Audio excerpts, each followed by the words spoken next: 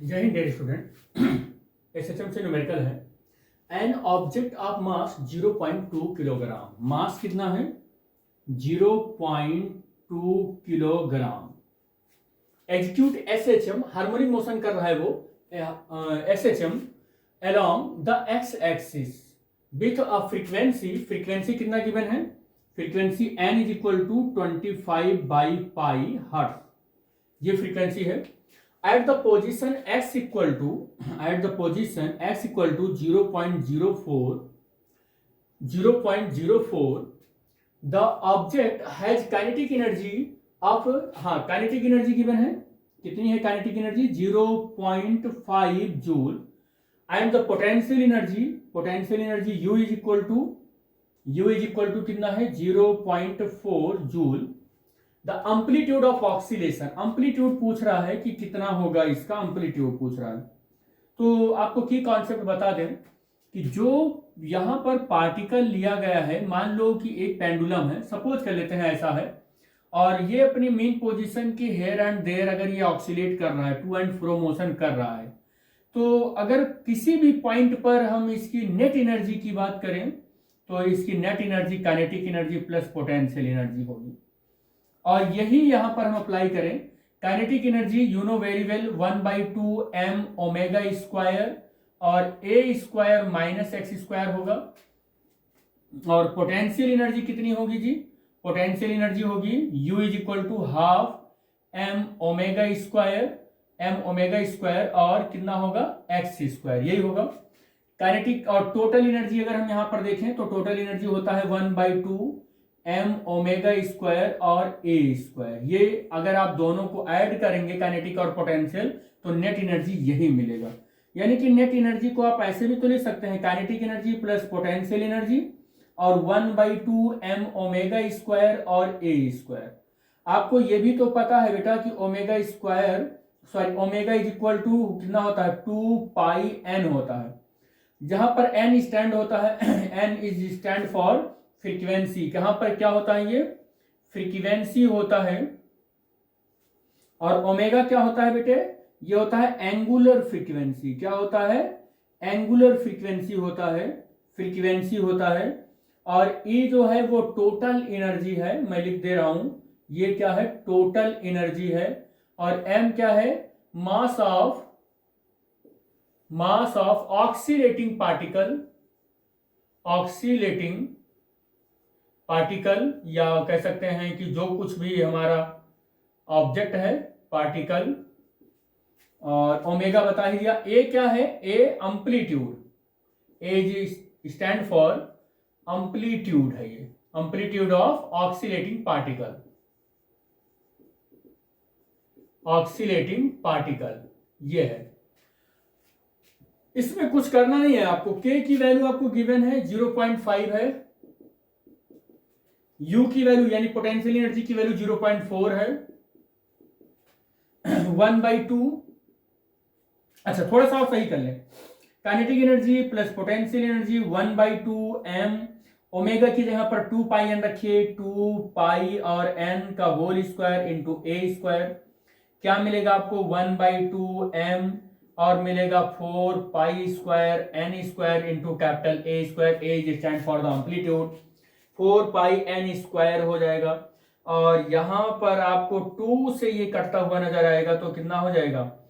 2π square m n square और a square. ये formula आप चाहे तो डायरेक्ट आप लिख लें ऐसे, और चाहे आप डायरेक्ट इसको मतलब याद कर लें, और चाहे आप ऐसे कर लें हमने जैसे किया है। तो यहां पर हाफ हो जाएगा। पाई की वैल्यू को एज इट इज रहने दीजिए, पाई को मत टच करिए। m की वैल्यू आप देख रहे हैं 0.2 किलोग्राम है, 0.2 रख ले रहे हैं। और आप देख रहे हैं n की वैल्यू और n 25/पाई है, तो इसको 25/पाई कर लेंगे, और स्क्वायर है तो 25/पाई कर लेंगे। और फिर क्या होगा? a स्क्वायर है, एम्पलीट्यूड का स्क्वायर है, और एम्पलीट्यूड ही तो कैलकुलेट करना है आपको, एम्पलीट्यूड ही कैलकुलेट करना है, ऑक्सीलेटिंग पार्टिकल का एम्पलीट्यूड कैलकुलेट करना है। तो दिख रहा है, कुछ कटना नहीं चाहिए, हाँ दिख रहा है ये। तो ये आप सॉल्व करेंगे तो 0.9 आ जाएगा, और 1/2 और पाई स्क्वायर है, और ये पाई स्क्वायर, ये पाई और इस पाई स्क्वायर से कैंसिल। तो 1/2 0.2 इंटू 25 और इंटू ए स्क्वायर हो गया, और इससे ये कैंसिल हो गया, 0.1 हो गया, और ये दशमलव और ये दशमलव कैंसिल हो गया, इसका डेसिमल कैंसिल हो गया, और ये 9 हो गया, और 25 इंटू ए स्क्वायर, और a is equal to 9/25 into 25 हो जाएगा, रूट के अंदर हो जाएगा क्योंकि इधर a स्क्वायर है। इसको सॉल्व करेंगे तो a इक्वल टू कितना आ जाएगा, 3/25, और सही से इसको सॉल्व करेंगे तो 0 हो जाएगा, और 30 हो गया, 1 टाइम्स जाएगा, 5 बच रहा है, और 2 हो जाएगा। तो a इज इक्वल टू कितना हो जाएगा, 0.12, और जूल है, सब हर्ट्ज है, MKS में है, तो हम इसको यूज कर लेते हैं, मीटर हो जाएगा। कितना हो जाएगा, मीटर हो जाएगा। तो एम्पलीट्यूड इसका कितना हो जाएगा, अच्छा 0.12 मीटर।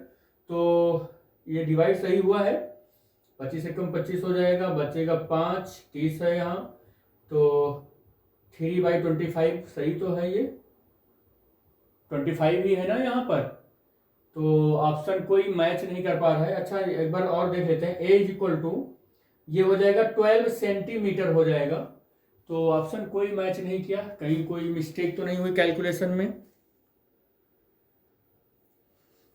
देखो ये यहां पर थोड़ा सा कैलकुलेशन में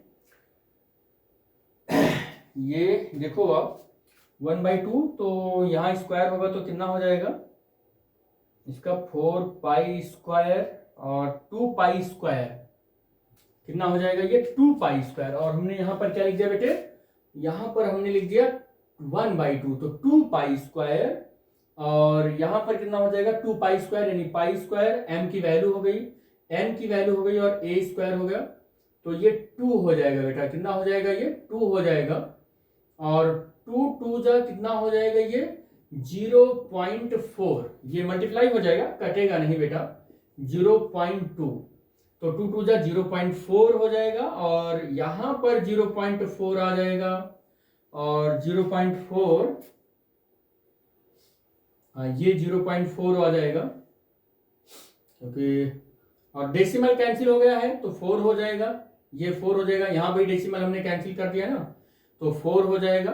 अब इसको सॉल्व करो, अब सॉल्व करो इसको, तो अब यहां पर कितना हो जाएगा, 3 ऊपर आ जाएगा, ये 25 ऊपर आ जाएगा, यहाँ नीचे आ जाएगा, इसका 2 आ जाएगा, इसका कितना आएगा 2 आएगा, इसका 2, तो 3 कितना हो जाएगा, चलो सॉल्व करो, 3 कितना हो जाएगा 50 हो जाएगा, और a इज इक्वल टू कितना आ जाएगा, ये आ जाएगा 0.06 मीटर आ जाएगा, और a is equal to 6 centimeter आ जाएगा। अब इसको सॉल्व देखते हैं, ऑप्शन नंबर ए ही करेक्ट हो गया इसका, ऑप्शन नंबर ए करेक्ट हो गया इसका।